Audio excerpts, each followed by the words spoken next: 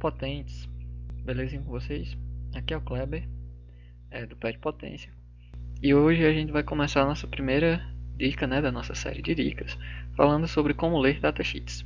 E para isso a gente vai conversar sobre o TBJ, o transistor bipolar de junção BC548, muito famosinho aí, vocês provavelmente, se não viram ainda, vão ver.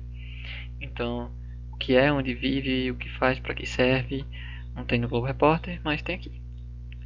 Então, vamos lá. Esse aqui é um esquemáticozinho básico de como é que ele se parece.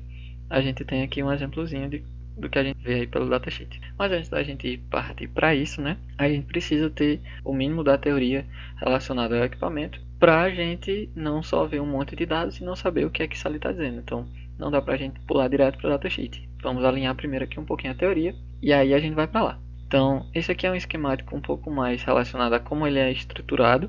Ele é formado por semicondutores, por material semicondutor, normalmente de silício ou germânio. E aí ele vai ter duas partes do material de um tipo e outra diferente. Nesse caso aqui a gente chama de NPN, por ele ter duas regiões do tipo N e uma do tipo P. E aí ele também tem uma pinagem, coletor base e emissor. Isso aqui você também vai encontrar no datasheet dizendo qual é qual. E a gente vai ter associado a cada um desses pinos uma corrente. No caso, uma corrente de coletor, de base e de emissor. O que vocês vão mais ver na literatura aí vai ser esse esquemático aqui elétrico, que mostra pra a gente uma representação do coletor base e emissor nessa versão. Uma forma de entender bem isso daqui é que o transistor é meio que uma digievolução do diodo.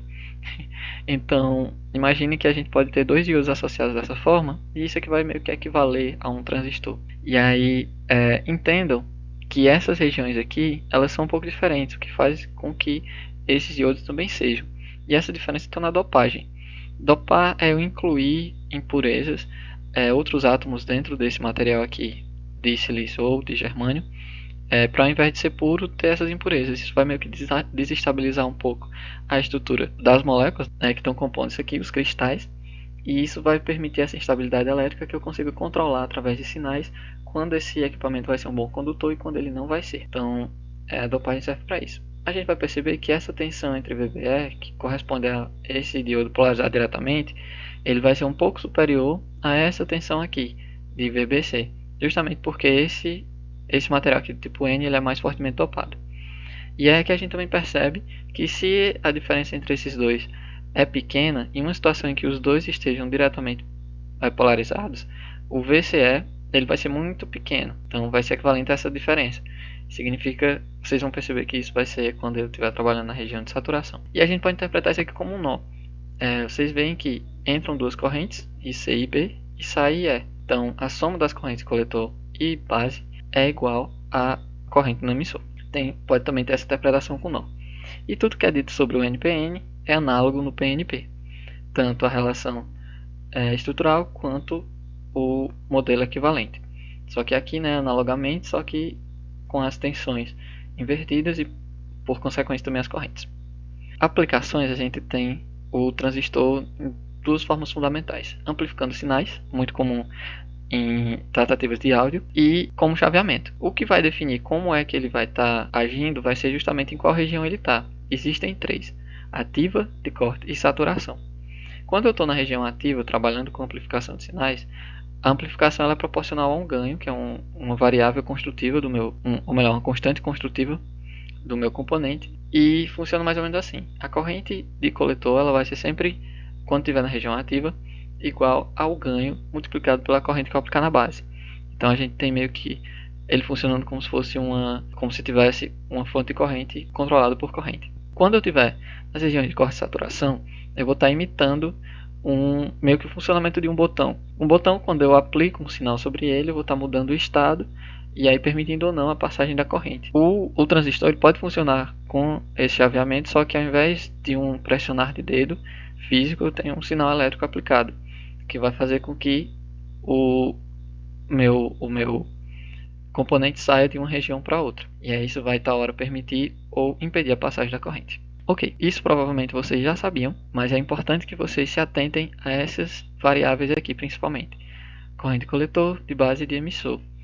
E a tensão de base emissor e de coletor emissor. A de base coletor, ela não vai ser tão interessante para a gente agora, mas é importante manter traço dela também. E aí, para a gente entender como é que se correlacionam essas variáveis ao uso do equipamento, a gente vai analisar essas curvas características aqui. Essa daqui é da base, da corrente de base pela tensão de base emissor.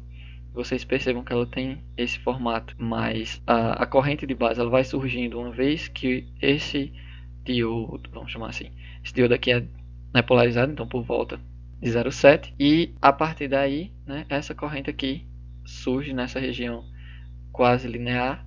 Isso daqui significa que o meu sistema ele está muito provavelmente na região ativa. Esse outro gráfico aqui de corrente coletor por tensão de coletor emissor mostra proporcionalmente para cada uma dessas correntes de base aqui como é que está sendo amplificado o meu sinal. Percebam que essas duas curvas elas são diretamente correlacionadas. Significa que um valor de corrente de base aqui, pelo fator de multiplicação do ganho, vai implicar em uma curva característica de corrente IC dessa daqui. Então, para cada ponto, eu vou ter uma curva aqui, certo? E aí, com isso aqui, a gente pode entender melhor essa questão das regiões. Se eu tiver com meu ponto de operação por aqui, eu estou na região ativa. Se eu estiver por aqui na região de corte, se eu estiver por aqui na de saturação. De uma forma fácil de entender isso, é analisar o comportamento que a gente discutiu até agora.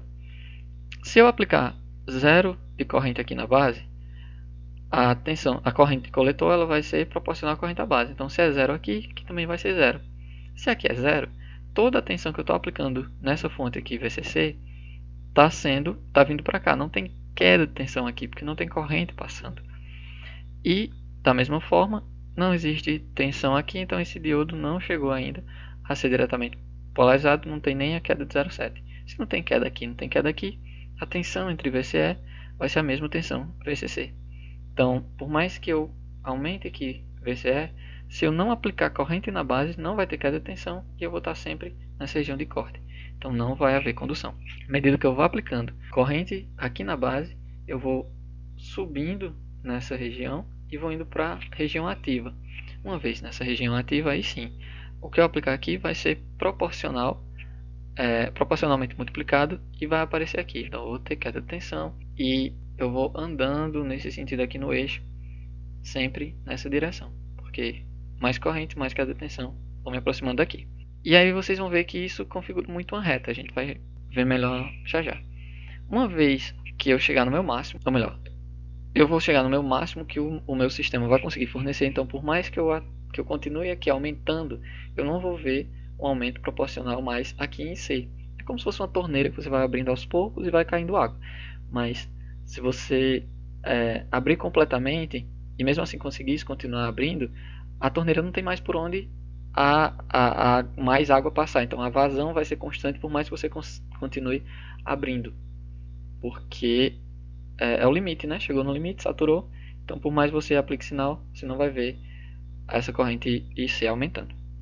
E aí a gente tem isso bem ilustrado aqui.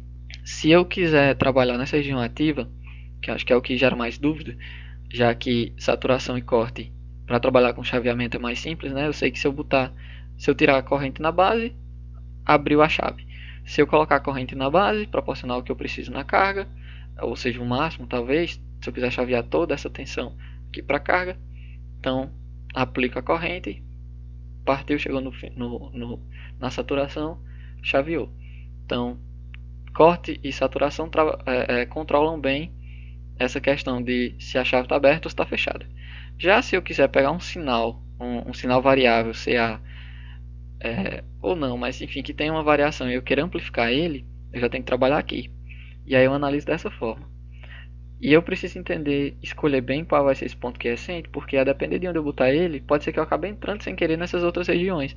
Se eu colocar muito aqui embaixo, e esse sinal tiver uma variação grande para baixo, vai acabar caindo na região de corte. Então vai ser ceifado. Da mesma forma, se esse sinal tiver aqui muito perto da saturação, passar do máximo que eu consigo fornecer, ele vai também ser ceifado, porque atingiu já o máximo, eu não consigo fornecer mais corrente. Então o sinal não vai ser reproduzido fielmente quando ele for ampliado. Aqui a gente percebe mais uma vez a correlação entre essas duas curvas. Elas dizem a mesma coisa, só que baseado em variáveis diferentes. Ok, então entendido isso, a gente já pode sim ir com esses conceitos e com essas variáveis em mente para ler os datasheets. Mas a gente precisa achar eles, né? Então, para pesquisar datasheets, você só bota datasheets e o código do seu componente no Google e você vai ser direcionado para uma infinidade de sites. Eu selecionei esse aqui, o alldatasheet.com, mas vocês podem procurar em vários outros, mas não vai ter assim tanta diferença. Eles organizam por fabricante e aí vão ter algumas diferençazinhas, mas para a grande maioria dos casos essas diferenças não vão ser tão significativas, contanto que o código seja igual. E aí partiu para a leitura, né? Então a gente vai aqui dar uma analisada em alguns datasheets. Esse aqui é da Continental Device India Limited. Cada um vai ter uma fabricante, vai ter um modelo diferente, mas eles vão seguir uma característica muito parecida. Datasheets, se eu não comentei no início, é uma palavra meio que composta de duas, então que realmente fazem sentido, diferente de muitas palavras no inglês, né? Mas essas duas palavras são data e sheets. Data para dados, sheets planilhas. Então é uma planilha de dados. Vocês vão perceber que aqui é muito nesse esquema de planilha, com vários dados mostrados para a gente. Então só cabe mesmo eu vir analisar o datasheet quando eu já tiver meio que esses entendimentos na cabeça, porque senão eu vou chegar aqui e vou ver esse monte de dados e vou saber o que nada é nada. Aqui eu tenho o esquemático novamente, né? Foi inclusive daqui que eu tirei aquele desenho. E esse datasheet ele faz referência a esses modelos aqui, VC546, 547, 548, dessa família aqui. Então vocês vão ver que, e eles ainda dividem em A, B e C. Então vocês vão ver que para cada coluna eu vou ter valores diferentes, né? Específicos, mas para alguns eu vou ter aqui que vale para todo mundo, porque eles são da mesma família. Então vamos lá. A primeira coisa que eles colocam aqui para a gente é o Absolute Maximum Ratings, que é a faixa de valores máximos, né, absolutos, a uma temperatura. Eles fazem esses testes a uma temperatura de 25 graus Celsius. Entendam que para valores diferentes aqui vai mudar. Você está em Teresina, no BR Obrol, vai ser diferente. Certo. Então a gente tem aqui Collector Emitter Voltage. A gente tem aqui o símbolo característico e os valores para cada um dos tipos de componentes e a unidade. Percebam como é importante a gente já ter familiaridade com esses símbolos, porque às vezes você tem alguma dificuldade no inglês aqui, mas os símbolos já identificam o que é que você está falando. E aqui tem uma novidade que a gente não comentou, que é esse O e esse S. Não é assim tão comum, às vezes a galera fica perdida. Então eu fiz aqui uma pesquisinha rápida para a gente entender a diferença entre o que é esse VCEO e o VCES. Simples assim, eles são características do teste que foi feito, aberto e a curto-circuito. A gente já está acostumado a ver isso inclusive em outras disciplinas. Então eu fiz o teste máximo aplicando aberto, ou seja, sem corrente aqui na base. Eu apliquei esse máximo de corrente. Então aberto, VCE aberto. E VCS fechado é quando de curto-circuito é quando eu faço esse curto aqui entre a base e o emissor, né? E aí eu reaplico a tensão.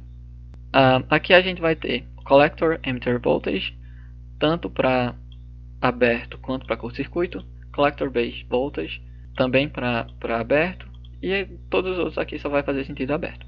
E aí percebam que para aquele VCC lá, aquele exemplo que a gente deu na estante, essa corrente aqui, essa tensão aqui VCC, ela teria que ser no máximo de 30 volts. Se for mais do que isso, o equipamento vai ser danificado, ele não suporta. Aqui a gente tem corrente máxima contínua, que é aplicada em VC, no coletor, né, em C, de 100 mA, mas ela aguenta um pico, né, uma corrente de coletor máxima de 200 mA, não contínua, máxima. E é a mesma coisa que vai para a base e para o emissor. A gente vai ter essa análise. A dissipação de potência, Power Dissipation, também é importante ser analisada. E ela sim faz muita diferença a temperatura que eu aplico. Então eu vou diminuindo isso acima dos 25%, dos 25 graus Celsius, a uma taxa de miliwatts por grau Celsius. Então a cada grau Celsius que eu vou aumentando, isso aqui vai também diminuindo 4 miliwatts, certo? Aqui é a temperatura que ele deve ser armazenado, então não deve ser inferior a 65 nem superior a 150 graus Celsius, e a temperatura da junção, que fica aqui na faixa de 150. Ok, essas análises de temperatura costumam vir logo após essa característica máxima do componente. E aqui a gente vai ter algumas características elétricas também a 25 graus Celsius, quando não especificado, né? Que são mais características de uso, né? Não necessariamente máximas. E aí aqui a gente tem as condições de teste, o símbolo, e foram sendo feitos os testes acima de 30 volts, acima de 30 volts, acima de 5 volts, para a gente ver o que acontece, né, quando eu ultrapasso esses limites. Aqui a gente continua essas características elétricas, já falando de ganho de corrente, o HFE, dividido para cada uma das faixas. Percebam que em muitos casos a gente vai ter um mínimo, um máximo, um típico, mas o seu componente vai poder variar nessa faixa. Então, se você fez um teste na bancada, uma medição, e percebeu que está nessa faixa, nice. Se você tiver feito um teste e tiver muito fora disso aqui, você fez alguma coisa errada.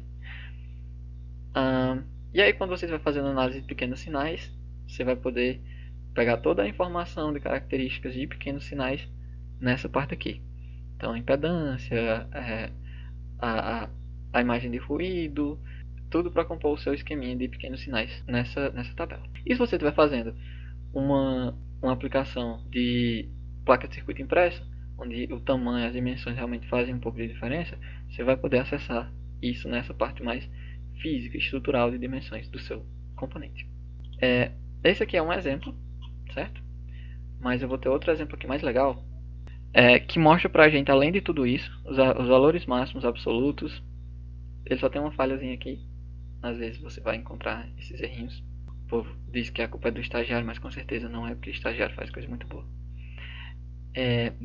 Sou totalmente em defesa dos estagiários. Características elétricas também no mesmo estilo. A organização é diferente, mas é sempre as mesmas informações. Aqui ele coloca especificidade mais destacada, né, o ganho. E uma coisa legal que esse tem que o outro não tem, por isso eu gosto bastante desse fabricante, é que ele traz pra gente essas curvas. Então já facilita aqui, ó, para eu traçar a reta. Que eu não entrei em detalhes matemáticos de como traçar, mas é super simples. É só uma análisezinha mesmo CC em cima do circuito do seu que você colocou seu transistor. Então, para cada B aqui, ó, percebam que a gente vai ter uma corrente coletor e uma tensão de coletor emissor. Collector Emitter Voltage. Aqui a gente vai ter também a corrente de coletor pela tensão de base emissor. Então, perceba aqui, ó, como é muito linear. Praticamente linear. Aqui a gente vai ter o ganho, DC Current Gain, em relação à corrente coletor. Então, perceba que se aumentar demais a corrente coletor, o ganho cai.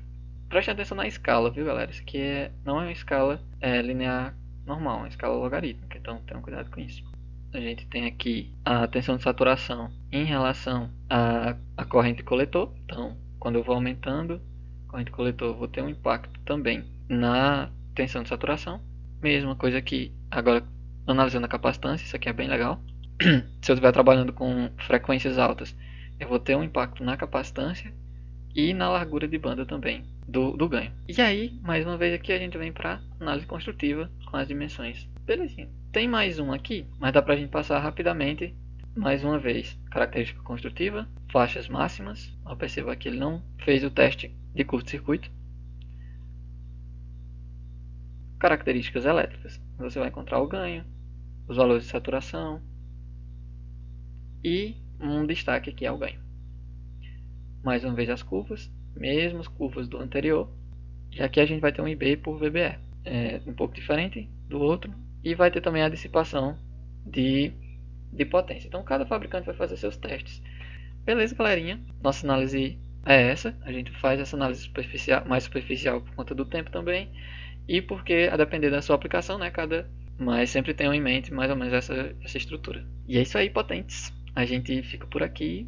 Se gostaram, ajudou vocês, manda o like. Se querem mais conteúdo desse tipo, se inscreve aí. E manda um feedback pra gente, o que achou, se teve alguma dúvida que não foi respondida. Contribui aí nos comentários. E ter também ideias, né? A gente tá aqui pra pegar sugestões de vocês de conteúdo. Valeu, cheirinho, até a próxima.